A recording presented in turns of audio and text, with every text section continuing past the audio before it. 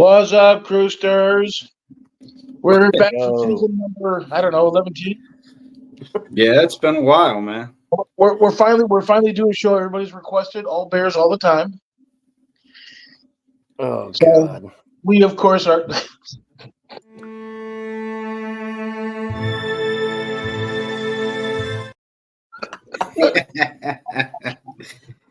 Got to hit the outro real quick and that show as soon as it popped. Well, I mean, everybody's got things going on. We're the first chance we've had to come back on and torture people with our insight. Oh, it's been a crazy off season, not only for the NFL teams, but just for everyone on the show in general. I mean, so much has went on in my personal life as well as work life. It's just been hectic trying to get a show put together. So I appreciate you guys coming on with us today. I know, Andy, you've been going through some moves. Brian's been busy as all get out, so it's kind of weird. We haven't done this in a while, but I'm ready to actually try to throw something together, right? Knock some of the rust off. It's Sure. like our training camp. I want to get the Jordan Love contract. As long as we're in training camp, I'm going to get that money paid right now. So done deal. Just a quick question. He was looking for a multi-year deal. Was it like a 4 or 5 year? He was looking for more like 5 years, but obviously what it came down to is I think they were more or less trying to match. Basically, let's just put it this way: he was looking for that multi-year contract with the 4 or 5 years, but I think they wanted to see where the Tua situation was going, and once Tua's situation got settled, that's when they pounced and said, "Okay, this is where he needs to be at." So. And he wanted to be the highest paid quarterback. What was that? And he wanted to be the highest paid quarterback. $40+ million a year. I mean, you got to look at it this way. I mean, look at the guys that just got paid and have reset the market. Joe Burrow worth the money? Yes. Is Trevor Lawrence worth the money? That's a big question mark in my book. I think that's a little bit of a gamble, in my opinion. I don't think he should have gotten his contract. I mean, do you guys disagree with me on that? Well, you do have UCF connection, of course, coming back to Jacksonville and Gabe Davis, and he is actually a pretty good receiver. So if you actually have Lawrence, for example, that's in Jacksonville, that can actually get him the ball, and now that his offensive line is getting better, he might have that protection in order to be able to actually get the ball downfield, especially with that in that division. That division is weird because it's easy in a difficult sense, in the fact that that's one of the divisions at any given Sunday. It's not like the South, where you have the South who unfortunately kind of limps along until like playoff time, and then the North for some reason has gotten incredibly strong, which is kind of weird, but I don't know. I don't necessarily see Trevor Lawrence being worth $800,000 million zillion a snap, and I don't know if Jordan Love is actually into that category either. You're really only looking at one true year of him playing. Really, it's 10 games worth. I mean, you gotta throw away the first 7 games of last year, take his last 10. That's basically what they paid him for. It's and I agree with you on this. Actually, I was kind of shocked to see Tua get the money and get paid like that. He hasn't done anything. Jordan Love is only 1 year, and you're going to give him that big of a bag and be exactly tied with resetting the market in terms of annual per year value of the contract. I mean, this is all setting up to this next offseason where Dak Prescott's going to get paid, and the Niners are going to have to figure out with Brock Purdy, and the Niners are in salary cap hell after this year. So I think this is the going rate for quarterbacks now. So if you were actually, and let's be honest, Mitch Trubisky actually became the number one, or the Bears' number one draft pick several years ago. very simply on his senior year in college, which was, again, 10 games, give or take.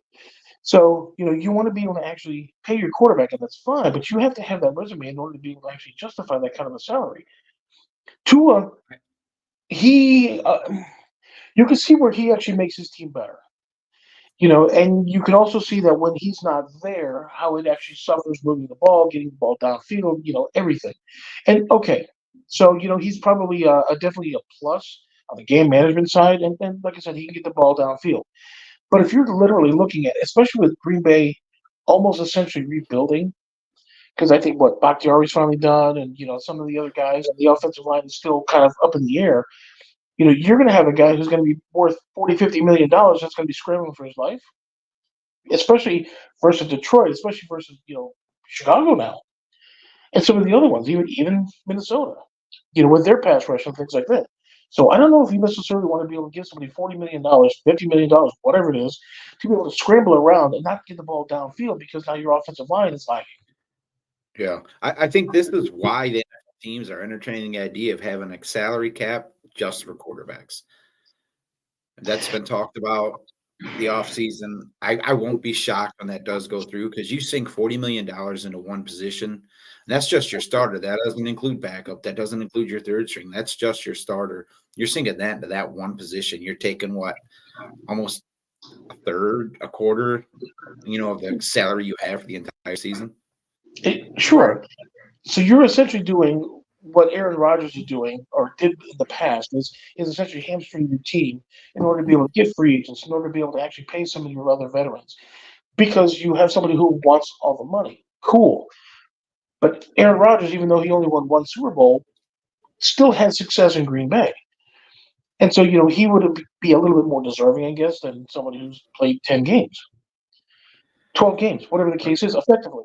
And you want to be able to you're still hamstringing that team, though. It's just one of those things. I get it, but as a Bears fan, you got to love this signing. I mean, if this new salary cap proposal doesn't happen, the Packers are going to be hamstrung for at least a couple seasons. You got to love that as a Bears fan. And I think it's like the whole passing of the torch. Very simply. If you're at the top for so long, eventually everybody's going to catch back up, and next thing you know, you're back at the bottom. And so with Detroit, of course, being the top dog still. With the Bears, of course, doing as much as they've done over the past year. The potential for a new quarterback coming in and being able to be a major impact player. And so everybody, of course, says it. The fact that they kind of did Justin Fields wrong a little bit by really essentially building a team around him and then shipping him off to Pittsburgh. So then the new start week 3. Which is also kind of interesting, because if you actually have the top quarterback, top player going to the worst team all the time, now all of a sudden you have like a top player going, to a team that's actually mid-grade plus mid, and then with all of your off-season signings, free agency. I mean, they did a heck of a job, really, with their pass rush and even with their offensive line, which is actually isn't looking too bad. So you're putting him in a position that he can have success. Cool. Will he? We'll see how it goes. What were you going to say, Brian? Well, you also gotta look at it this way too. I mean, it depends. You bring up situations. In terms of current situations with teams. Okay, I get what you're talking about Bakhtiari. Gone, and the offensive line could be a question mark. And I get that. I mean, the one thing I'm going to throw back at you is Bakhtiari basically didn't play last year. He hasn't even played really in 2 years.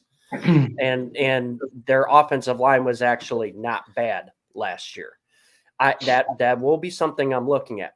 However, financially, we're talking about, hamstring. I do agree. There needs to be a cap on, quarterback contracts. You can't just continue to up the market every year with some of these guys that, quite frankly, haven't done anything to really prove that they're worth, 50, 60 million a year. However, the way this contract is set up, and if you look in there, there's lots of guarantees and bonuses, but everything is front loaded. So you're paying most of this contract in the first 2 years of this, where now the Packers are set up to where we'll pay Jordan Love all this money now for the first 2 years. then we can focus on the rest of the team because they're so young. They are one of the youngest teams in the NFL. A lot of the receivers and stuff like that, they're on their rookie deals. They're not going to be looking for extensions for another couple years.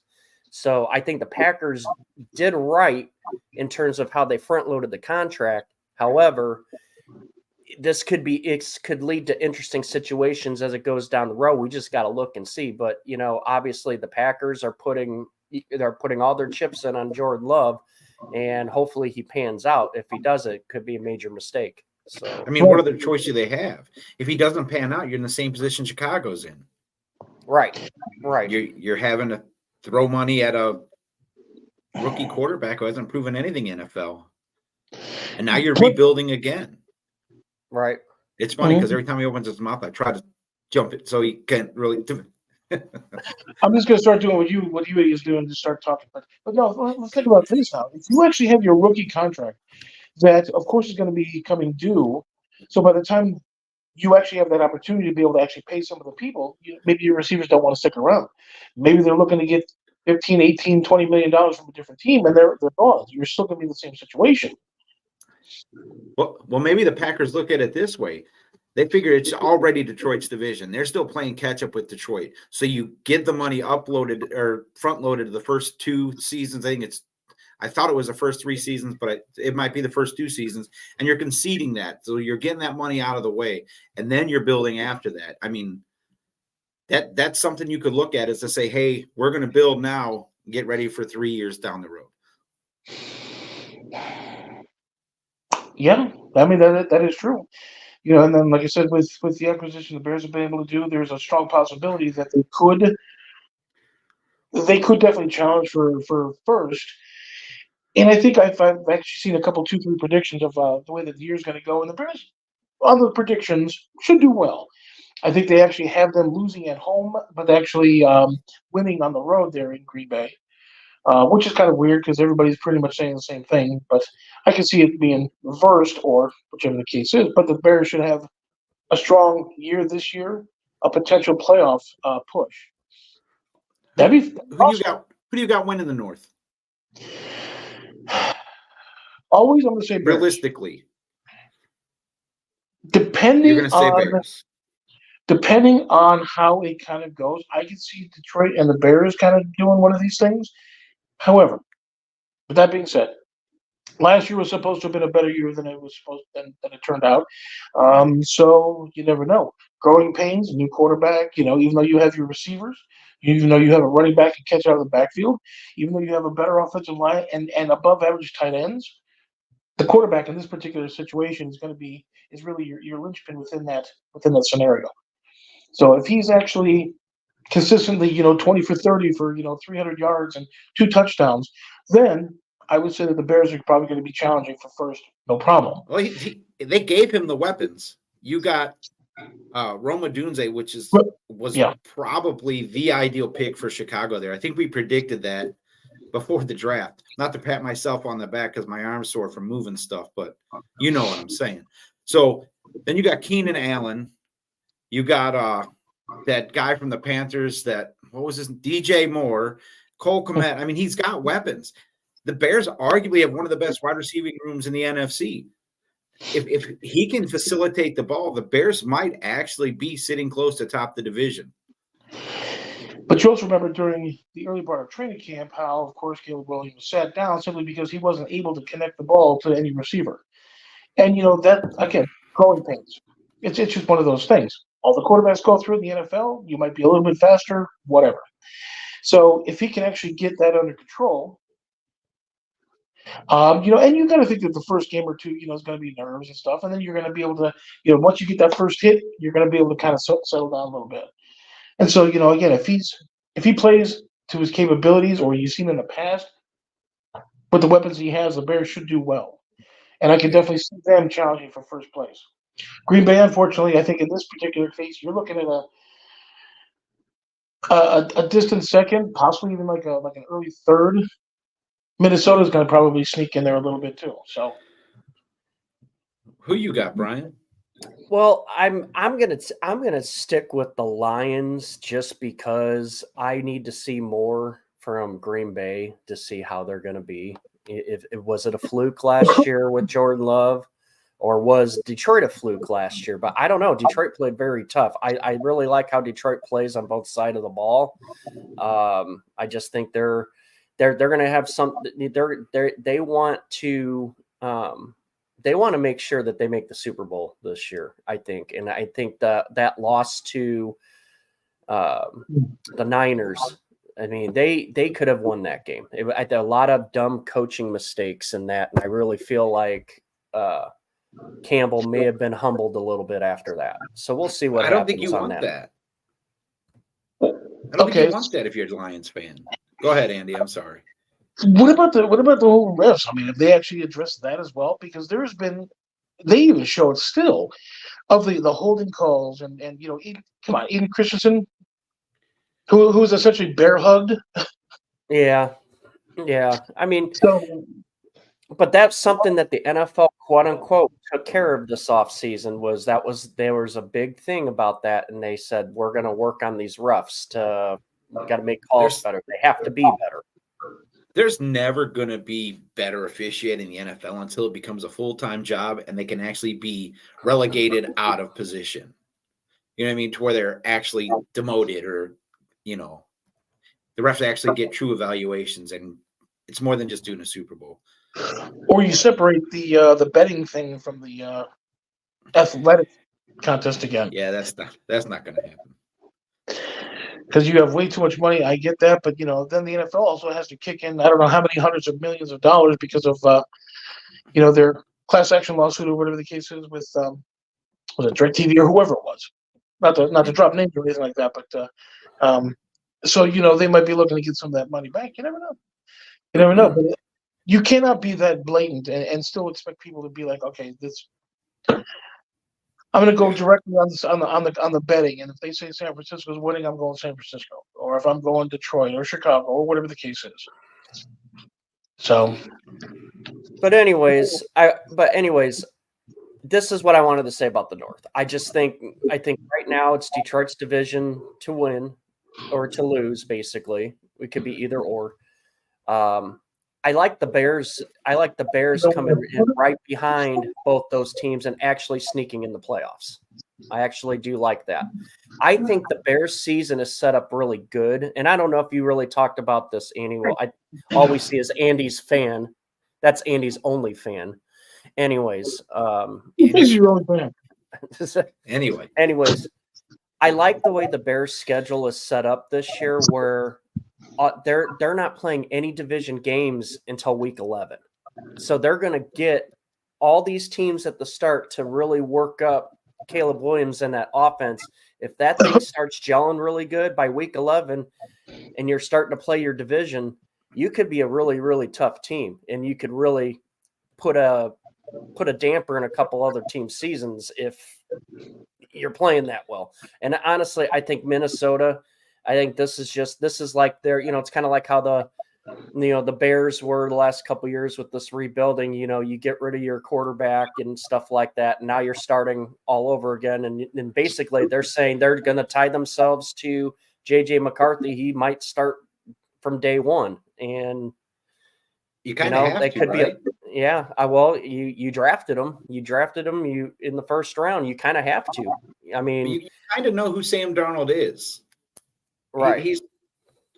He's a good quarterback, but he's not going to lead you anywhere. He's good. Whereas J.J. McCarthy has a winning caliber. He played for a professional head coach. Whether you like Jim Harbaugh or not, he does have pro caliber. So yeah, but so I think it's going to be a Kirk Cousins transition. It's just going to be, and they got Justin Jefferson, so you really can't ever count them out. I think offensively they'll be all right, but I think defensively, I think they've lost too much from what they used to be, and you're not going to win games playing track meets all season. Yeah. So, but yeah. What were you going to say, Andy? I said so did Tim Tebow. Tim Tebow played for a winning coach. He won a playoff game. It's just unfortunate he just never necessarily panned out. Don't get me wrong. I actually like McCarthy. What were you saying? Tebow and McCarthy are just two different animals. You know, Tebow was a quarterback in college, but his style of play doesn't transition very well to the NFL. He did win a playoff game, so I mean, he's got that on him. But yeah, it's just I just don't think it's the same. You're not comparing apples to apples there. But anyway, I have Detroit winning the North. But here's something for you both to chew on. I have the Bears and Packers at 9-8 splitting. Both win their home games against the other. And then I have the Vikings at 7-10. And I just think that's because they're in transition.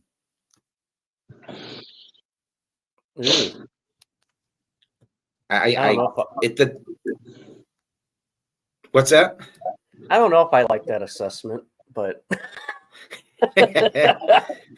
I mean, with the Bears and Packers, they're pretty tight right now. I mean, they're pretty even. They're kind of in the same boat. Well, let's be honest. I mean, you've got to admit, maybe besides the AFC North, the NFC North's probably one of the strongest divisions in football right now, and it's just on the way up because of all the changes going on. Yeah, 100%. Both Norths are the toughest divisions in the league, in my opinion. I mean, the West is not a slouch either, but does anyone else think anybody is coming out of the West other than the Niners? Oh, no. I mean that's... You could possibly wild card the Rams if they somehow figure out a way to get it together again. I mean, you can never count out the Rams. Yeah, I again, Niners 13-4, Rams 10-7 this year. I think. Excuse me. I think they find a way to ride it there and sneak into the playoffs as a wild card again. But that's me. But let's talk about some real football. We haven't even touched on the NFC South. Oh, I thought you said real football. I thought that's what we were just doing, right? Right. Well, seriously, let's look at the NFC South real quick. This is one of the divisions that's in transition completely. You got 2 new head coaches and 2 coaches on the hot seat. You got Raheem Morris. Can't even talk today. Raheem Morris. Excuse me. And another former Buck coach, Dave Canales, taking on new roles as head coach in the NFC South. This division is, again, I think it comes down to 2 teams. What are your guys' thoughts on the NFC South? Exactly.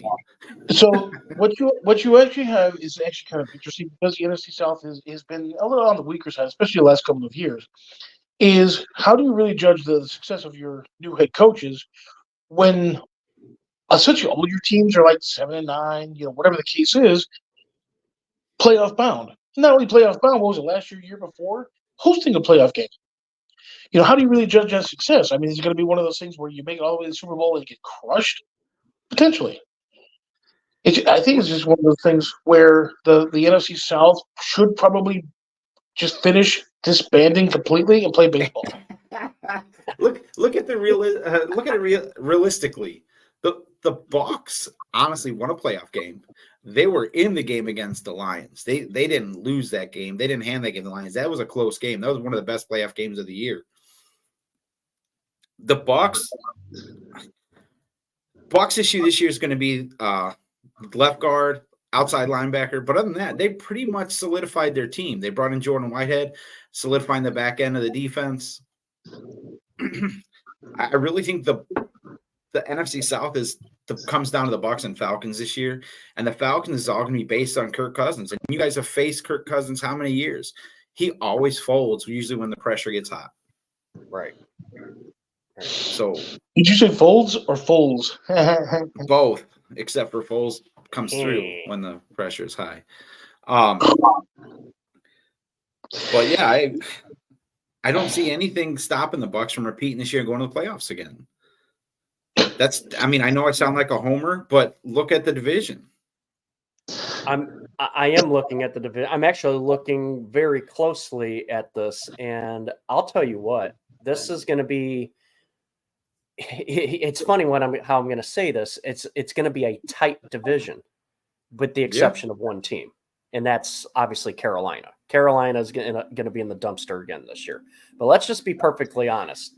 The Atlanta upgraded, they're with coaching, quarterback, they should be better.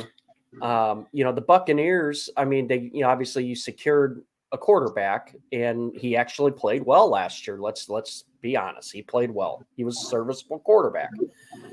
The Bucks, the Bucks season is going to be determined between week 2 and 10. And this is why I say this, is because they are playing 3 divisional games and 4 other games against teams that all reached last season's conference championship round.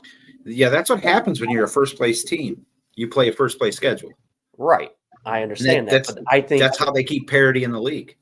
But to have that early in the year, I mean, you could either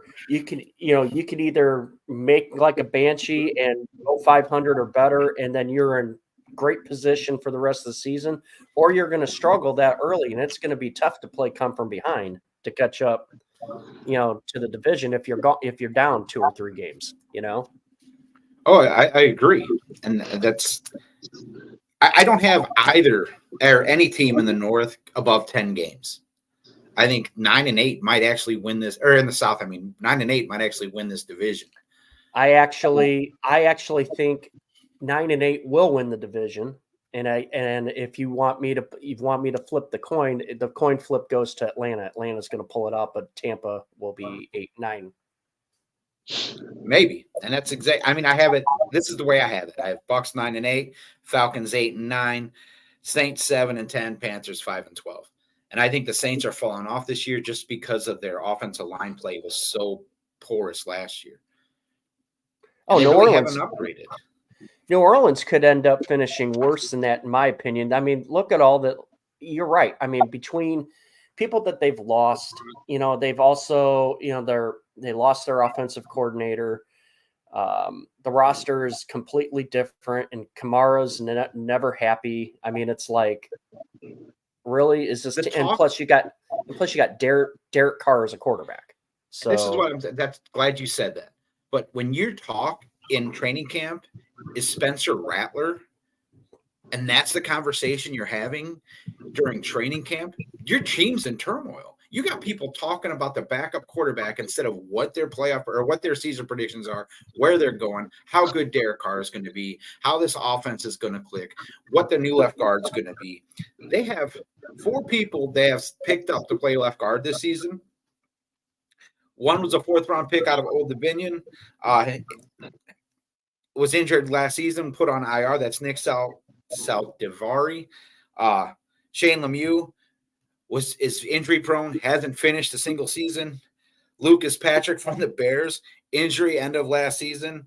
And Uda was a starter in Minnesota in 2021 and has yet to finish the season. And that's their left guard. That's who they had protecting the blind side of a quarterback. That's who they picked up to fix the 21st ranked rushing attack in the NFL. Derek Carr is scrambling for his life, and you're talking about Spencer Rattler because you're worried about what's going to happen with Derek Carr. Exactly. And Derek Carr's been known to be hurt too. I mean, and it doesn't matter where Derek Carr's been at. I mean, he can be a serviceable quarterback if he's in the right situation. But the problem is, I mean, when he was on the Raiders, I mean, the dude was getting peppered then too. And, it's like now you got him on the Saints. The Saints haven't done anything to really shore up the protection. I mean, you're expected him to go out and to basically provide a miracle every game, which is not going to happen. This league really depends on how much time you're getting in pocket. And if you're not getting any time, well, your offense ain't going to be clicking whatsoever. I mean, it's just the way it is. So, but yeah, I mean, they lose Thomas. They have Olave, who's actually a solid receiver. But Tyreek Hill is a Swiss Army knife, but you can't take a Swiss Army knife to a gunfight. What's it going to do you? I think New Orleans might finish below Carolina. I know that's a stretch, but you got a quarterback-friendly offense going to Carolina that catered to Baker Mayfield, made Baker Mayfield comfortable in Tampa, put him in a position to win. all you got to give that man is a chance, and he might shock the world being in Carolina. So real quick, going back to Tampa, as much as we all actually dislike that, but what exactly have they done to actually upgrade, or at least try to seal up their offensive line? What have the Bucs done to seal up their offensive line? Well, you picked up a center in the draft, and Barton, who's probably going to start week 1. The job hasn't been given to him, but that's more than likely going to be the start. The real issue is left guard. You got Ben Bredesen, who's a 26-year-old from the New York Giants, and you got Opeta, who's a 27-year-old from Philly. So they're basically both around the same age. It's going to come down to who plays better in camp. Both are getting reps at the number 1 spot. Both are seeing time with, number 1 offense, number 2 offense. They're getting the reps, but whoever performs best is who's going to take that job. But you can't forget the fact that you got Robert Hainsey, who started 2 years at center because Ryan Jensen's been injured most of the last 2 seasons. So you got Robert Hainsey, who's at center, who can play guard. So you've got options there. They've got more depth at the offensive line, but really left guard is a big gaping, not gaping hole, but an eyesore. Let's just say that right now for Tampa Bay. If they don't fix that, you're going to see some challenges for the Bucs offensive line, which I do think has improved this year, and I think will be one of the strengths of the offense. So they're going to give them enough time to be able to push the ball downfield, get it to. I really think you're going to see them running the ball more. You got the addition of a back like Bucky Irving. If he can show that he can pass block, if he can show that he's, sustainable and catching passes out of the backfield, you got a good 1-2 punch with Rachaad White and Bucky Irving. So, I mean, there's definitely options in the running game. I think bringing more of a running game attack is what Todd Bowles wants, but you keep pounding the ball, you're going to see that defense come up to stop the run and give you some openings over the middle and deep. You put Chris Godwin back in the slot where he's thrived. Him and Mike Evans have been the only receivers to go for 1,000 yards, I think, for the last 3 seasons. The only duo to do it in the NFL, and everyone overlooks that. And Godwin had a down year last year playing outside. We always know that they're over 1,000 yards each year because you say it incessantly every single week. So you know. You know what G.I. Joe taught me? Knowing is half the battle. I know G.I. Joe, but the problem is, if you have a mediocre team around you, I don't want to say picking up the clean end of a turd, but it's just one of those things where you have to understand that, you do have fantastic. You got 1,000 yards. We're still, 6-10. It's just one of those things. I'd see if they have a better offensive line, Baker Mayfield being, 4'11" or whatever the case is. We just have that opportunity to be able to actually push the ball downfield to your guys getting 1,000 yards. And who else do they have besides those 2 players, those 2 receivers? Trey Palmer, Jared McMillan. You got quite a few receivers that. The young Bucs receiving core, the 3, 4, 5, that's going to be a battle going into camp. But you're going to see Jalen McMillan, I think, pick up a lot of reps at the number 3 or, as a possession deep threat for the Bucs offense going forward. It's not going to come right away. You're going to see a lot of Trey Palmer, but I think you're going to see McMillan slide in. What's the true identity of this team? Are they a running team? Are they a passing team? Are they intermediate? This true identity right here, 100%. As a running team, defensive. We're a defensive team. You can't hide from that. Well, I mean, defense is all fine and dandy. They can win Super Bowls, but if you can't score any points, I mean, the Bucs have scored enough to win and make the playoffs for how many years now? And everyone keeps saying the Bucs aren't going to do this, Bucs aren't going to do that. And I'm not here to get on a soapbox and say the Bucs are going to win it all, but I think the South is definitely winnable for Tampa Bay. In a division where 7-9 or whatever it was last year, a year before, that can host a playoff game. And I understand, they played other teams tough. I get that, but you really see them being able to get that far to the playoffs, possibly even to the last game. Hey, you can only go if you go. You can only get to the Super Bowl if you make the playoffs. I mean, it is true. You got to pass the first one before you get to the next one. But I mean, it is true. The path of least whatever you want to say it. The easiest route is, of course, having a weak division, and we still have to eventually put up or shut up, and it's just one of those things. I was just curious to see, what you think the actual identity of this team is. And at Green Bay, for I example, honestly think it's going to be a balanced attack on offense. If you're asking me what I think is going to happen offensively, I think you're going to see a balanced attack. You're going to see a running game that's going to touch the ball 30 to 35 times, maybe. But you're going to see it's as balanced as you get in the NFL nowadays. You don't see the 45, 50 times rushing a game. It's balanced as you're going to get 20 to 35 times. You're going to see a lot of passes. You see the screen game worked into that. So yeah, I think we're going to be a balanced, or the Bucs are going to be a balanced attack, and you're going to see a lot of games won by the defense. It's just the way it is. So, Packerbacker, same question to you. What do you see your team's actual identity being? Do you think it's more of a Jordan Love? That's a great question. And I would say in previous years, your identity was your balanced attack between run and pass, because you had the two-headed monster of Aaron Jones and Dylan. But now you've got Josh Jacobs, and that's one of those things that I've talked about in the past. I'm not so sure the Packers made a great decision on that. I will just have to see how that goes, letting Aaron Jones go. In terms of this year, I'm really looking to see, this could be Jordan Love could be the identity of the team, just because of the fact that now he has the contract.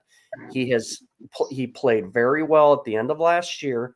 Can he turn around, make it a full 17 games to where this is his team? He leads this team, and see what happens. The one thing, though, that I really want to see is the changes on the defense with the new defensive coordinator. They're switching their schemes around, and this is a defense that in the last 4 to 5 years they've got 7 first round draft picks on that defense.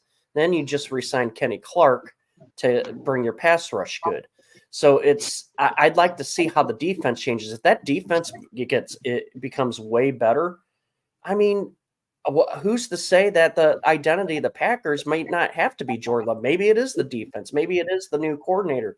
I don't know. It's in my opinion, you got to let this thing play out a little bit to see exactly where this team is. Kind of like the Bears now with Caleb Williams running the show. Will this be Caleb Williams' team? And as of right now, I think the Bears' identity is their defense, and it's always been their defense historically. So you just gotta let it play out. But if you're gonna ask me and put a gun to my head, I think it's the identity is Jordan Love until proven otherwise. So what's really keeping, how are you going to keep him focused and not, now that you've got that big payday, you don't turn in like a Ryan Lee, Jamarcus Russell, where things just don't necessarily go your way and you start playing worse. How do you prevent that from happening? That's again, it's a great question, because I mean we've seen it. We've seen it with other players in the league. They get the bag, and all of a sudden it's like, I don't have to do anything anymore. I'm getting paid. I really feel like, because of the fact that Jordan Love is trying to fill Hall of Famer shoes, in terms of Favre and Rodgers, to continue the quarterback, the years of great quarterback for the team. I think he's going to want to prove it. I think he's going to want to prove that he's worth every penny. And I think that's just enough in itself that if he wants to be better than them, he's got to go out. He's got to ball out every game. So, I mean, I think his head will be in the right place, but if we'll know. I mean, if he makes some lackluster stuff, people are going to, the pressure will get to him. You're getting paid, $55 million a year to run this offense and to be the guy. And if you don't, that's a lot of cheddar. I said it for you, Andy. But anyway, I'm very upset the fact I didn't say it. Look at that. Sorry, Andy takes the yell already. It's good for you. It's good for me. I didn't mean to kill your momentum, Brian. I just had to get. Oh, you're good. I was waiting for Andy to say it. It never came out of his mouth. Well, This is, like I said, this is our training camp. I'm sure he'll be better next week. Right? Pretty much. But now let me actually switch gears one more time real quick, and let me ask you about Baker Mayfield. Now, last year, of course, he had that big chip on his tiny little shoulders simply because, everybody was saying it, especially when he was in Cleveland. He's too short. His arm strength is lacking, blah, blah, blah. Do you think he's going to have that same, fire in order to be able to actually push the Bucks into a playoff position? Do I think he'll have the same fire? No, because he's not trying to prove anything anymore. I mean, he's not trying to prove that he can do it. I think he's got to have some sort of different, I guess, energy is what you'd say. He's got a team looking at him now. I mean, they truly feel he's the leader of that team, and you can tell. They built around him. They got him as a coordinator for him, someone he's comfortable with. This was Baker's team. There was no mistake about that. At the end of the season, when they made that transition to the new OC, you can't tell me Baker wasn't involved in that. They got him weapons on the outside. They've improved behind him in the backfield. The team seems to rally around Baker quite a bit. I mean, he's the energy that they needed. So yeah, I don't know if it's the same chip, but I think he'll have something to prove this year too.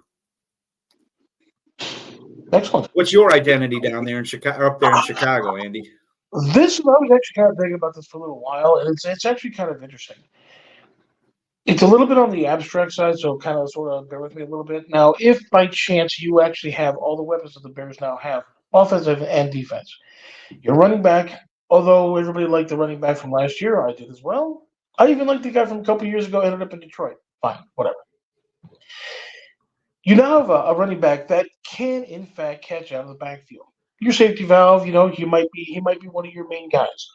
The offensive line, of course, has been marginally improved.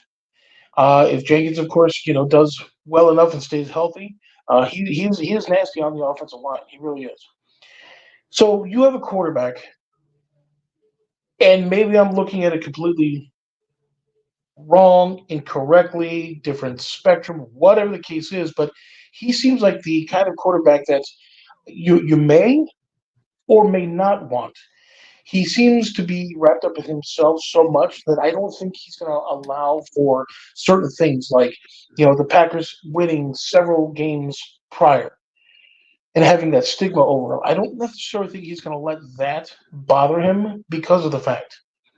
And you might have even said something like that with, historically, Joe Montana, Steve Young, who are very cerebral quarterbacks, and of course had their guys, and their guys had them.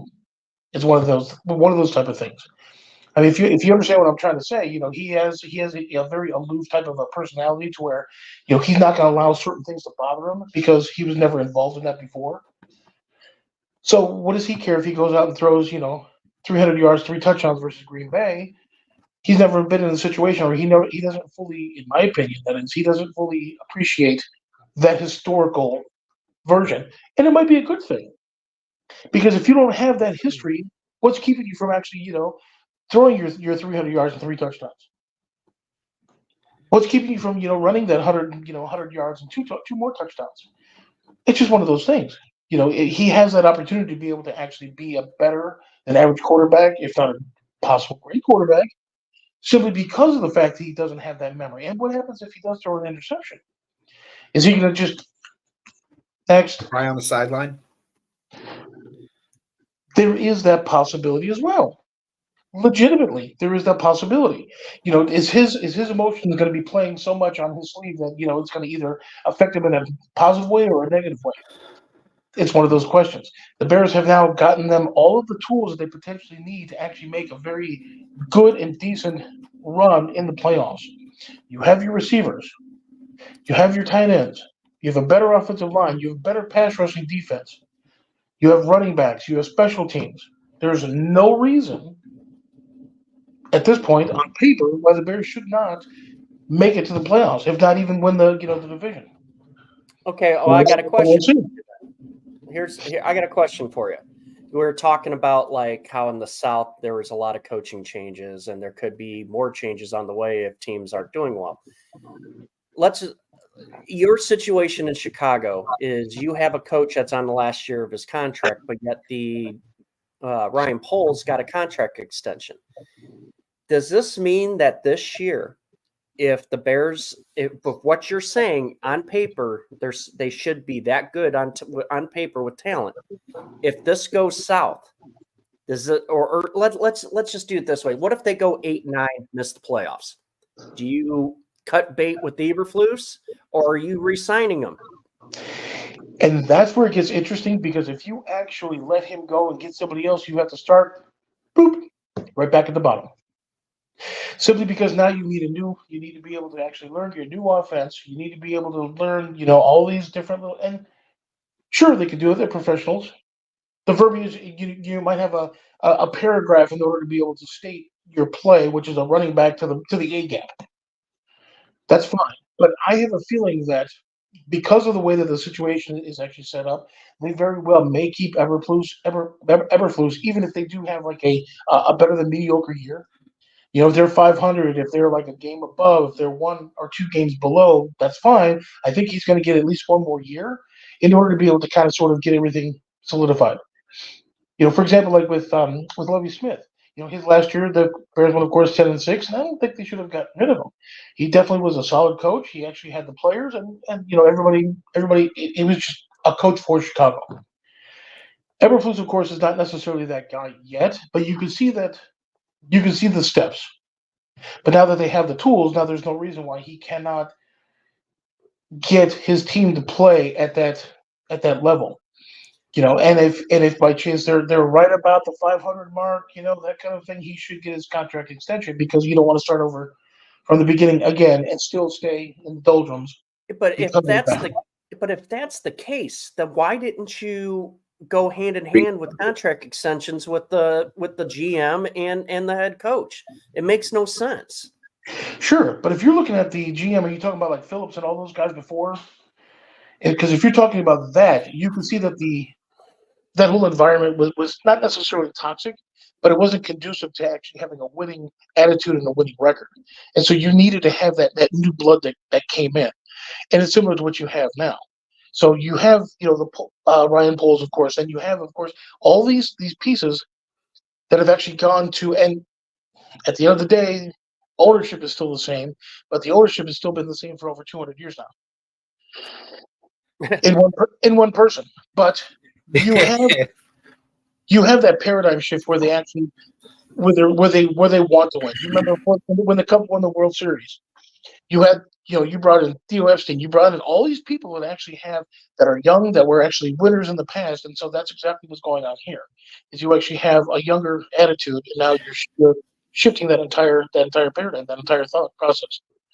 I would argue that it depends on how well he gets along with his new quarterback. They're not going to cut ties with their quarterback again. They're not going to admit they messed up again until it slaps them in the face that they have to move on.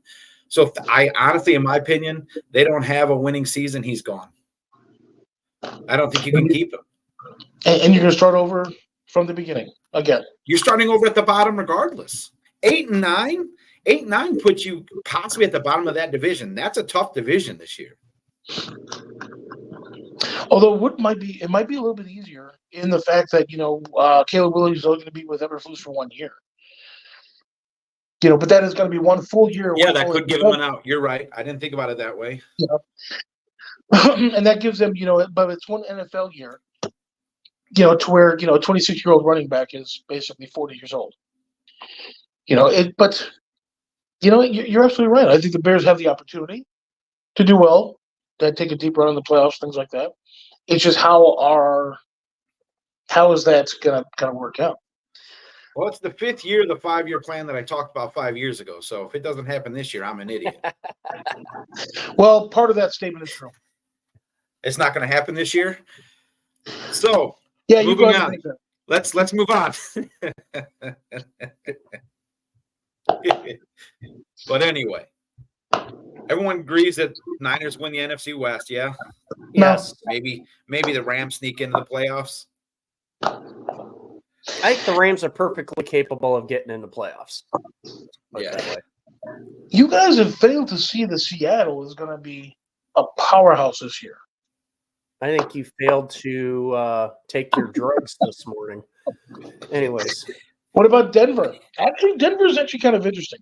Are they going to have any sort of a major success, shift from last year to this year? Probably not, but you could see things working over 6-11. probably. That's where I got them. That's as fair as I can be. I can see that, but I can also see 8-9, 8-10, 8-11, whatever the case is. I'm just saying you don't necessarily want to, because Seattle, of course. Seattle is interesting because they have that opportunity to have an opportunity. So all they have to do is win 1 or 2 games. Next thing you know, they got that attitude. And they're cruising into the playoffs. Yeah, I don't see it. Denver, no, I don't see Denver doing much. So Stout's not here to brag about Dallas Cowboys. Who do you think is the most improved team in the NFC East this year? Washington. 100%. Washington, yeah. Yeah. Daniel start game 1. Well, not to mention they might go back to the old name. Football team? No. The before that. I don't know if we're allowed to say it, but Oh, you're talking about the potatoes. Indeed. We're not talking about your head. We're talking about the football potatoes. Well, anyways. Anyway, yeah. Does Daniel start game 1? Oof, good question. I think you almost have to, right? Again, you're in the same position that Minnesota's in. You're looking at the future of your team to what are we going to do after he's gone. So, yeah, I think you have to go Jaden Daniels week 1 and ride him out for the season. But let me go ahead. Go ahead. No, go ahead. I was just going to say, if Washington obviously is going to be the more the team that's going to rise the quickest, I think. In terms of this division, though, if you want a team that's going to see the fall off, and thank God Stout's not here, because it's going to be the Cowboys. I was going Philly. Oh no, I think Philly wins this division easily.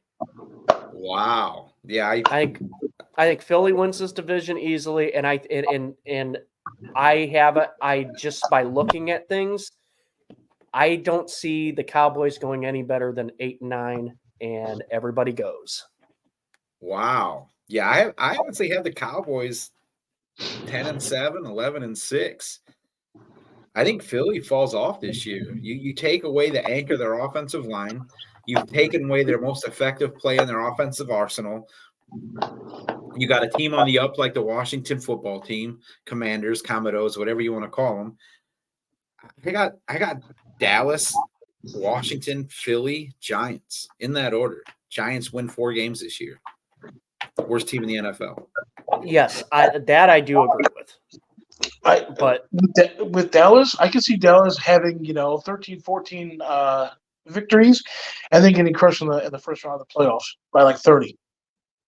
That's the MO. Oh, I thought you were talking about the last year and this year. But yeah, I mean, you think Dallas falls off that drastically? Yes, and I'll give you. This is what I'm thinking. I mean, think about this for a second. What exactly did the Cowboys do in the draft and free agency this year? Same thing they always do, though. Nothing, right? Right. And they lost. They lost several players, and then you're asking a lame duck coach Mike McCarthy and pretty much a lame duck quarterback Dak Prescott to go out there and say, "Hey, we either win this year or everybody's gone." And as much as we bag on Dak Prescott, he starts on most teams in the NFL. Oh, no, I completely agree with you. I mean, this thing with CD Lamb, that's not going anywhere anytime soon. I mean, you got your owner making comments of like, there was something I wish I would have wrote it down, and it was just ridiculous. It's like I think he's got dementia or something like that. I don't think he really sees his team depleting itself, basically. I just think this is going to be I think that could possibly be a epic disaster where they don't make the playoffs.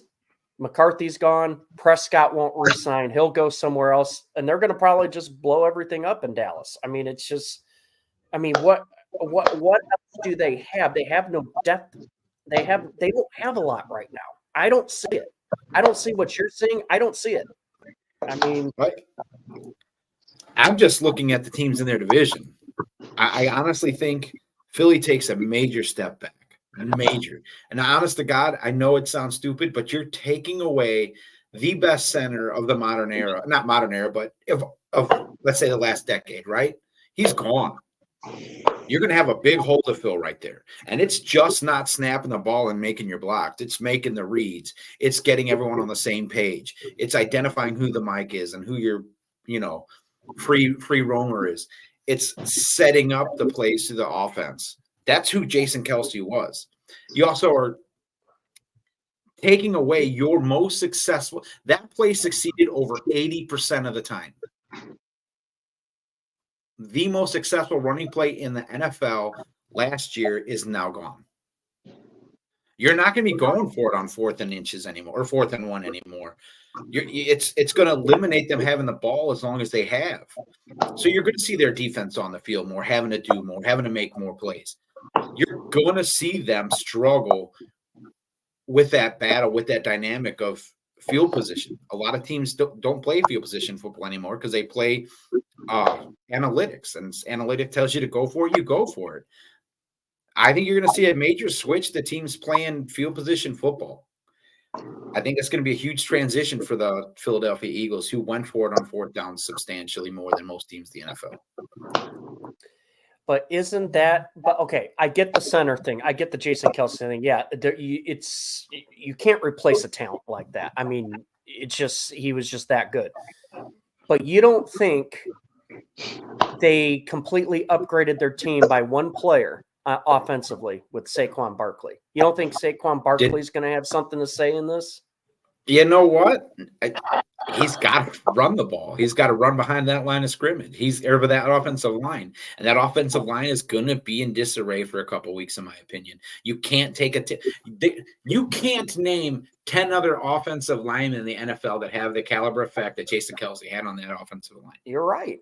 No, I'm not disagreeing with you on that. But I don't, in my opinion, while yes, the center is a very important position, I don't think one player is going to determine a downfall from a team that's got talent. They've got a lot of talent.